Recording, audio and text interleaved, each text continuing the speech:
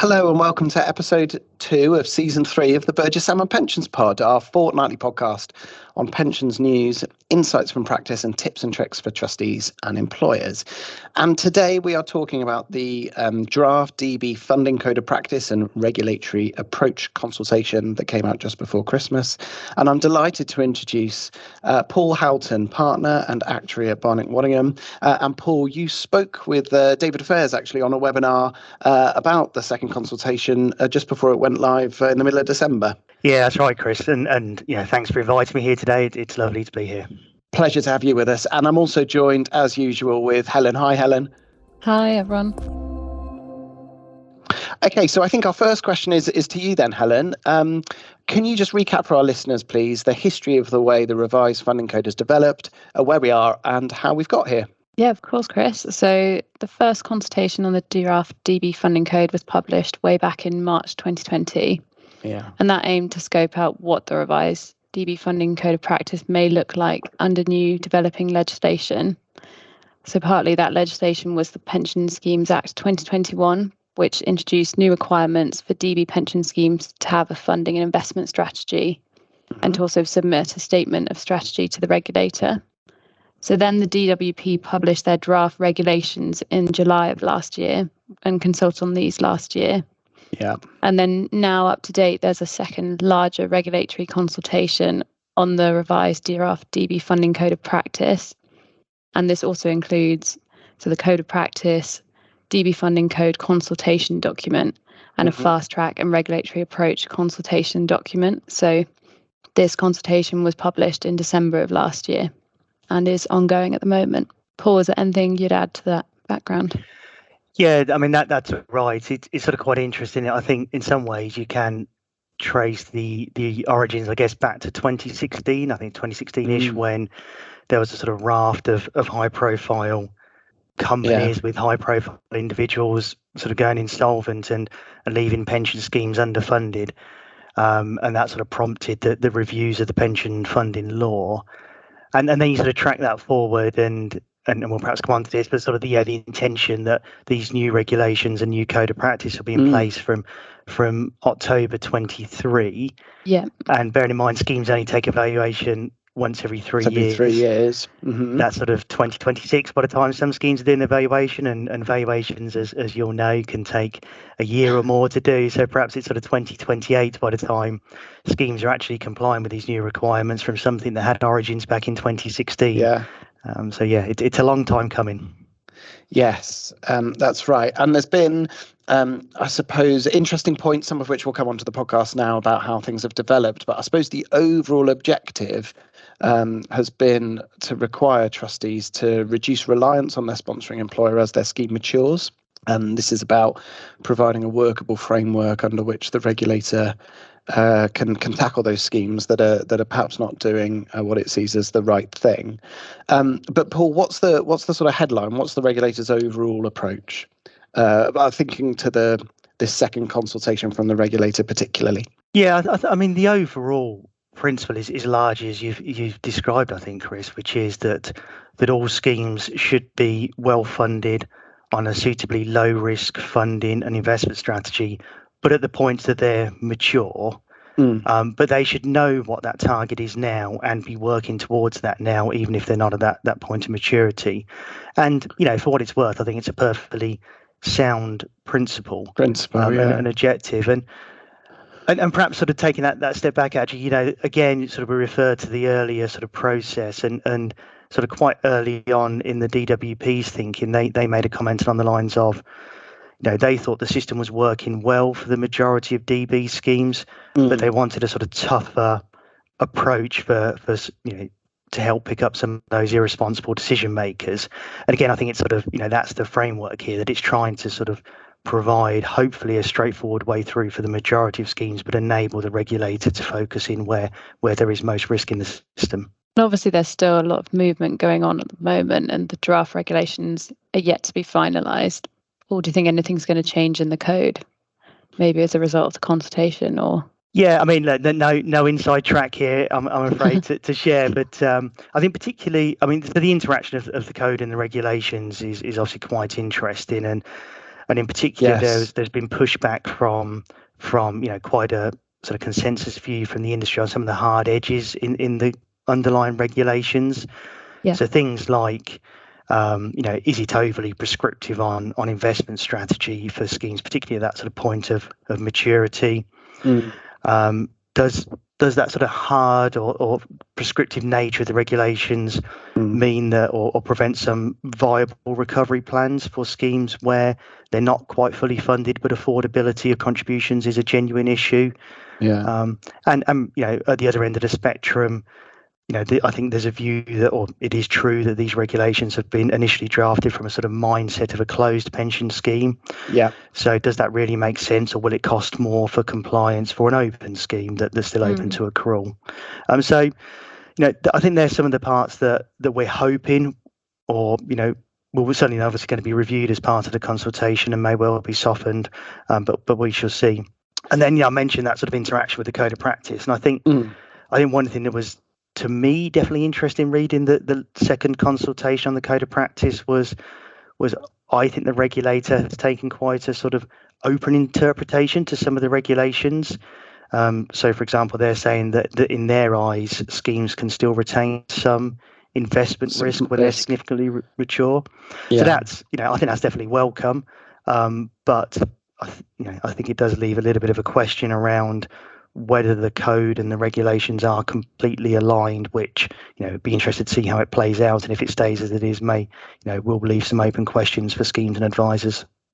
There's also some techie legal points around what ought to be in the code versus what ought to be in the regs and things, which are, I guess, are yet to be a legal point that's yet to be clarified. Yeah. The overall principle of having low dependency as an objective, with an objective approach to covenant, will remain consistent, though. That's fair to say, I think. Agreed. Yeah. So I guess the key principle, this is wording from the regulations, is the requirement for schemes to be in at least a state of low dependency on their sponsoring employer by the time they are significantly mature. So Paul, Helen, let's unpack some of those concepts. Paul, what does it mean to be significantly mature? Yeah. Okay. So this is the bit that gets us actuaries all excited. Certainly, we've changed over the last few months. So yeah, feel free to interrupt if I drift off on this one.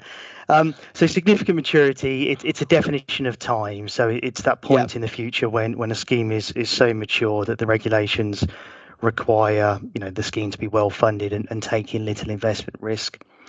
The regulations then sort of refer to significant maturity being measured by reference to a mathematical definition called duration. And the principle of this term duration is that it's meant to represent the sort of average time to payment of the benefits that are due from the scheme. The sort of bit of skin that's all a bit exercised at the moment is the fact that the calculation of duration itself is dependent upon the assumptions you use in your valuation. So the way it's sort of written out is that the regulations require the pensions regulator to set what the duration should be, and in its consultation, the pensions regulator has sort of provisionally set this at 12 years. But actually, as I sort of mentioned, it is influenced by, or does vary with, the assumptions you use. And during the course of 2022, when there's been lots of changes in financial markets and so assumptions that the pension schemes use, most schemes will have seen their duration reduced, for example, by around 3 years. And so if that sort of 12 years remains fixed, then what we're seeing is a sort of step change in how close schemes are to being significantly mature. And the regulator has recognised the recent volatility in the bond market, I think. Yeah, that's right. Yeah, so in their consultation on the code of practice, they have absolutely recognised that. I mean, Helen mentioned earlier, the first consultation and a lot of thinking around this was March 2020. So it's been in place for some time. Obviously, understandably, other events have sort of got in the way a bit. But so things have moved on, and the consultation does ask questions around the definition, whether it's right to set it in the current way, whether the number should change, whether the formula sitting behind it should change. So that is open to change as we're currently speaking. Yeah, absolutely. I guess a lot of questions about whether it is a good measure to be used, but we'll see how people respond to the consultation on that. Yeah, Yeah, it's interesting. I can't see easy answer to this going into a drift. I think, there are different ways of doing it. There's no sort of absolutely perfect measure that doesn't come with other consequences at how things change over time. But I think there probably are improvements that could be made, such as fixing the assumptions that are used rather than having them so variable to changes in market conditions. And I think the regulator has said it's exploring a couple of alternatives. Okay, so that's significant maturity. What about the concept of sort of low dependency? And there's sort of different parts to this, aren't there? Around. Well, do you want to talk about the low dependency funding basis, Paul, please? Yeah. So the concept of low dependency in the regulations is that so pension scheme has reached a funding position whereby it has enough money or enough assets to pay the benefits due, but it's also taking so little risk that in all likelihood it's going to remain in that strong funding position, and so therefore it has a low dependency on the sponsor or the company that sits behind the pension scheme, from the sort of point of view that it's highly unlikely to be asking for future cash from them. And that's while it's sort of been brought into these new regulations as they stand, it's not really a new concept in pension scheme world, and it's been thought of, and there's been sort of perhaps interchangeable jargon such as self-sufficiency that's been around for a little while. So not a new concept as such, but obviously being hard coded into the regulations. Do you think a big change though was the kind of link between journey planning for low dependency and linking with a covenant? Yeah, absolutely. So some ways I see a lot of this as perhaps formalising what is currently good practice for a lot of pension schemes. But yes, it's absolutely a change that the nature of having introduced into regulations the idea of having this long-term focus rather than the sort of 3-yearly triennial valuation cycle. The sort of position with covenant is interesting, and certainly the content and on the second consultation of the code of practice.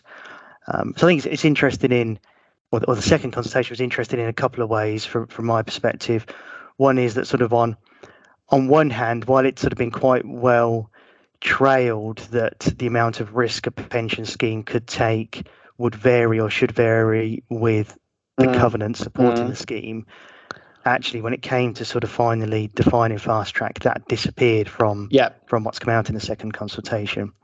But on the other hand, there's definitely a lot more content that's prescribing how trustees should assess covenant and view covenant, and being really quite prescriptive around some of the language it uses and some of the things that trustees ought to be thinking about, such as visibility of business forecasts, reliability of cash, and having this idea of longevity of covenants.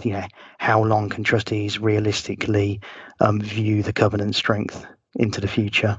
And that is a move away from the grading system that the regulator favoured before. Indeed, yeah. And I suppose the third element of thinking about low dependency is on the investment side. And that's sort of set out in the code as having an investment strategy under which the cash flows from the investments are broadly matched with payments and benefits under the scheme, and that the value of the assets relative to the value of the scheme's liabilities is highly resilient to short-term adverse changes in market conditions. Yeah, so that's obviously a new for pension schemes to have this sort of quite prescriptive approach written into the regulations, and I think that was probably the area I referred to before, there being some sort of industry pushback on whether the regulations were too prescriptive, and I'd say this was probably the single area that had the most pushback. That general consensus view was that was arguably overly prescriptive. Do you need both the cash flow matching element and being resilient to fluctuations in funding level, hard coded into the regulations, or should there be more scope? Particularly for schemes that have a strong covenant or say sit in surplus at that point in time and around their investment strategy. So it'd be interesting to see how that flows through in the final regulations. Yeah, absolutely. There is still lots to be unpacked and to be clarified as final regs come out, and as the code itself is finalised. One point we just wanted to draw out from a sort of legal perspective on the approach to investment strategy is that there was uncertainty from the first consultation and the draft regs around who decides on investment matters. And this is, and we'll come on to this, but given that trustees need to agree the sort of long-term funding and investment strategy with the employer. But the code has clarified that whilst that sort of long-term strategy needs to be agreed with employment, the actual investment strategy itself, perhaps sort of the more the actual choice of investments is for the trustee, and there's no fettering on the trustee's discretion over investment decisions. Yeah, we're certainly happy for you to talk about that one, but that definitely does stick out as a general point of potential issue that trustees and companies will need to work through. How much does long-term strategy dictate today's asset allocation? Quite unusual as well to be consulting on the code when the regs aren't fully finalised as well. So it'll be interesting to see how they change each other. Yeah, if the regs will be clarified. Yeah, absolutely. Yeah, definitely. Okay, so we are whizzing through this in this podcast episode, but I think time to move on to sort of the twin track routes for compliance. And I suppose in the first consultation, the fast track was sort of almost presented as a default. Or as a preference that trustees might need to explain away from if they used a bespoke approach on their valuation. But it's now clearer, and the regulator has said, I think, that the fast track is a filtering mechanism. So Paul, could you just give our listeners a little bit, please, about the fast track and the regulator's sort of latest detail on that? Yeah, of course, and I also agree. I think that subtle sort of shift in emphasis or the position of fast track has been interesting to see over the two consultations. I think the code still refers to sort of fast track being a method of demonstrated compliance, but I think it is now absolutely positioned more as a filtering mechanism for the regulator to where it needs to focus its energies, and the fact that it now sits outside the code, which among other things means it can be changed more readily, more easily in the future.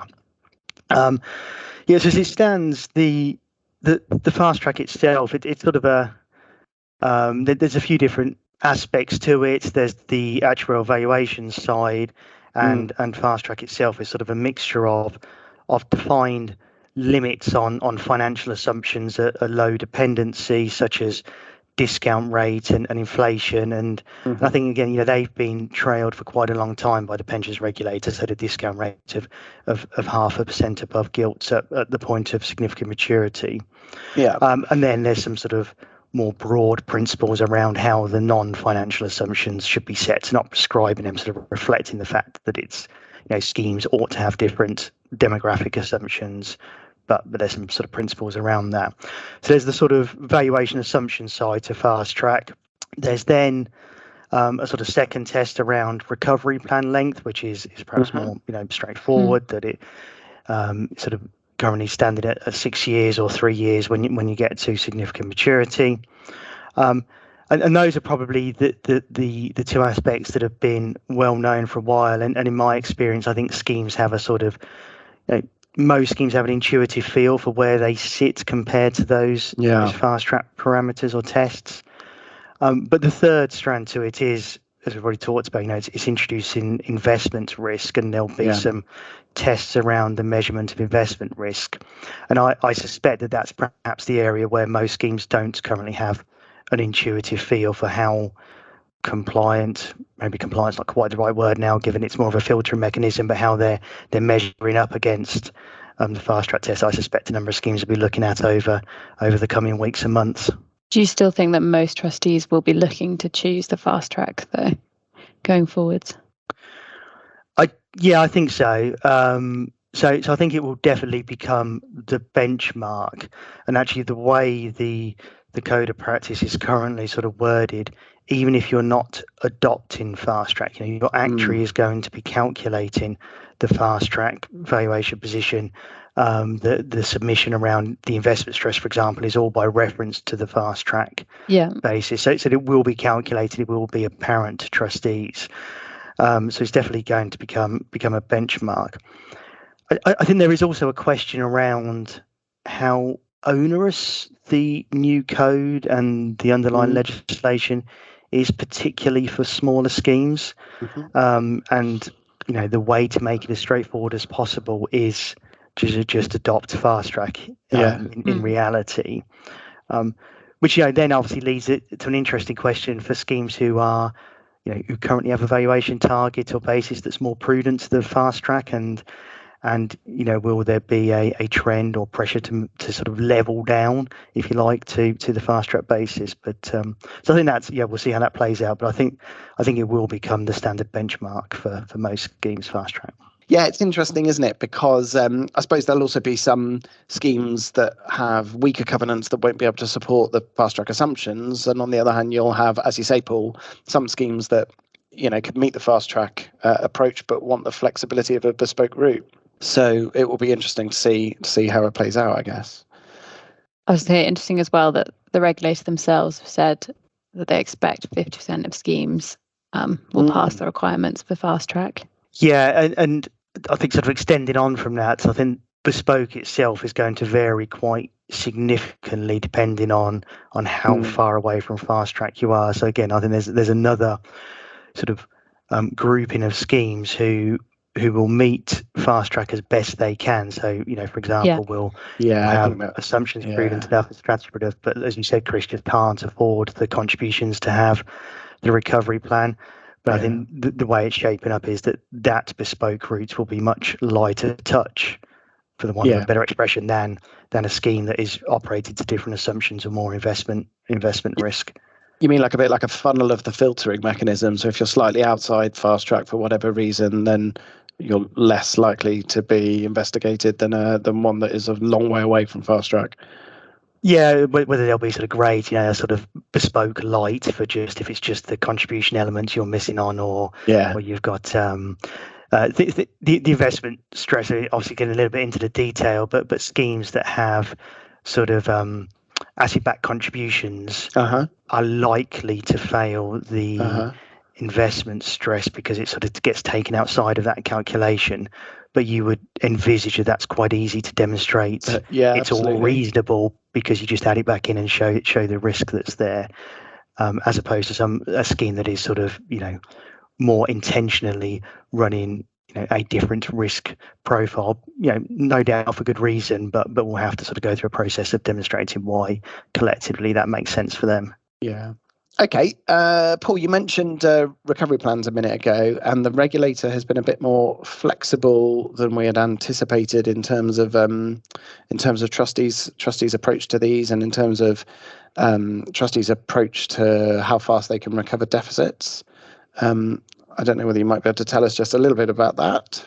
Yeah, so I think the Code of Practice introduced flexibility into recovery plans in a couple of ways. So first, it was sort of quite clear that it was it's allowable to allow for known improvements in the funding position after the valuation date within a recovery plan and before determining the cash contribution. You might be about to go on to it, but stealing your thunder, there was a point around I think from the regs talked about recovering deficits as soon as reasonably affordable from the employer. Is this where you were going, Paul? Sorry. But I think there's more. So the code talks about trustees being able to take into account reasonable alternative uses of employer free cash flow. So sort of balancing those two will be something that trustees will need to weigh up, and that concept of reasonable alternative uses of employer cash flow, and then the regulator gives a bit of detail about what that might be. That's not in the draft regs currently. So that's right. There's another. Sorry, Paul. There's a question about the primacy of the code and the regs again. It's that same point. Yeah, exactly right, Chris. So it was presented as a sort of question in the regulations about whether this affordability should have primacy over other considerations when it comes to recovery plan contributions, whereas the code is very much, it feels like more on the current position of that's one consideration to be balanced alongside others, if the regulations do flow through with affordability should take precedent over the other considerations, that is going to be a material change Yeah, to absolutely. the current position for a number of schemes and particularly for a number of sponsors. But again, the code, while the sort of way it's worded is more familiar with the current position, it is also, some of these concepts, while they sound good and reasonable, they are difficult in practice if trustees and companies can, how should a trustee weigh up a reasonable alternative use? Yeah, absolutely. So again, obviously, if schemes are going down a fast track route, then perhaps sort of, having a 6-year recovery plan in effect just solves that equation. But there may well be some interesting conversations, I think, coming out of the new code of practice. Yeah, interesting, isn't it? It feels like we could have a podcast on each of these concepts and do a whole series on funding. But okay, so Paul, we just wanted to ask. I think you mentioned this at the top, just sort of how this all applies to open schemes. Yeah, so again, from a sort of personal perspective, I did find the changes in the code quite welcome for open schemes, but I think there is a sort of underlying issue that it feels a bit like open schemes are trying to be shoehorned into sort of underlying legislation that's written from the mindset of a closed scheme. So an open scheme still has to set a strategy for funding and investment at the point they're significantly mature. And obviously there's a whole array of open schemes. There's some that just have a few members earning a accrual through to some that are still having new entrants. But for a genuinely open scheme with new entrants, that's a slightly odd concept about the having the long-term significantly mature strategy. But the code did make a couple of welcome changes, I think, such as removing the future service test from the fast track requirements. Albeit, I guess, by the time you get to the next valuation, that what was future service has now become past service. There's perhaps a little bit of a temporary reprieve rather than sort of coming completely outside. But also the allowance for a reasonable amount of future service to be included in the calculation of duration, again, was a sort of welcome change. But I do suspect that the reality is that a number of open schemes are going to be going down the bespoke route, and so having valuation discussions with the regulator. So we've talked about having a journey plan based on covenant assessment to hit a long-term funding target by the time the scheme is significantly mature. There's also a new requirement to document this in a funding and investment strategy. Paul, where are we with the documentation?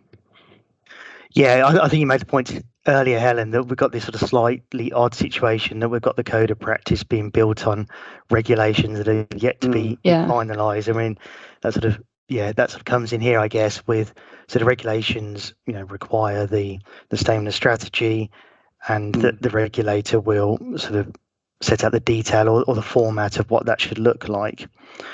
And again, some of the core principles that sit behind the principle of this are sound. It's a mechanism by which the regulator can collect information from pension schemes, for example, which feels reasonable.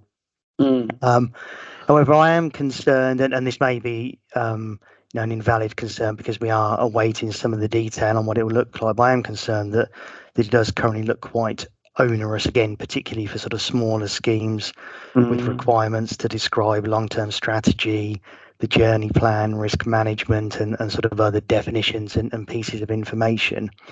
So the regulator, I think the position is required to design the format of the statement, but has yet to sort of provide a template for that. And I think really the position is we would welcome an example sooner rather than later, so we can get a feel for what the requirement is.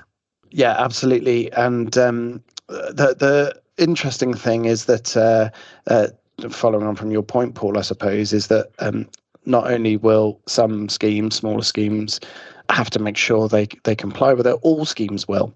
And it used to be that you only had to submit the actuarial valuation if you had a recovery plan because you were in deficit. Whereas now everyone will need to submit this strategy and statement, whatever the scheme's position. So it'll be relevant to a lot of schemes with a TP surplus, technical provision surplus. That's a sort of shift. Yeah, a number of schemes that have not had to engage with the regulator at previous valuations will now be meeting this. Yeah. Okay, so it's been a great discussion. I think we'll finish with sort of Paul. What's next? What can we expect next in this sort of the way this plays out? I think where we are is, so we've got this consultation on the second code of practice, and that closes in March. That's right. But as I said earlier, the idea is that this is then all coming into effect alongside the regulations, which have also to be finalised from October. Yeah, I'm sure you understand this better than I do, but I understand that will effectively need to go to Parliament by sort of around June time to meet that time scale. So that's a 40-day time period in Parliament. That's right. Yes, that to me feels like quite a lot still to do to meet that timeline. So we shall see, I guess, whether October is met. I think from our sort of day-to-day practical perspective, if this is applying to valuations from October 23, we don't wait until October to start discussing valuations with trustees. Ideally we'd be doing that sort of several months in advance. So obviously we know a lot of what's coming, but we don't know all the detail yet, and really we'd like to see some clarity around some of these points by late spring, early summer, but we shall see. Thanks, absolutely. Paul. Thanks so much for coming on the podcast and sharing all your valuable insights with us. No, it's an absolute pleasure, and thank you for inviting me on. It's been great to have you. Thanks, Paul. Thanks for listening to the Burgess Pensions Pod. If you'd like to know more about our pensions team and how our experts can work with you, you can contact myself, Chris, or any of our team via our website. Our next episode will look at diversity and inclusion in pensions. All of our episodes are available on Apple, Spotify, or wherever you listen to your podcasts. Don't forget to subscribe, and thanks for listening.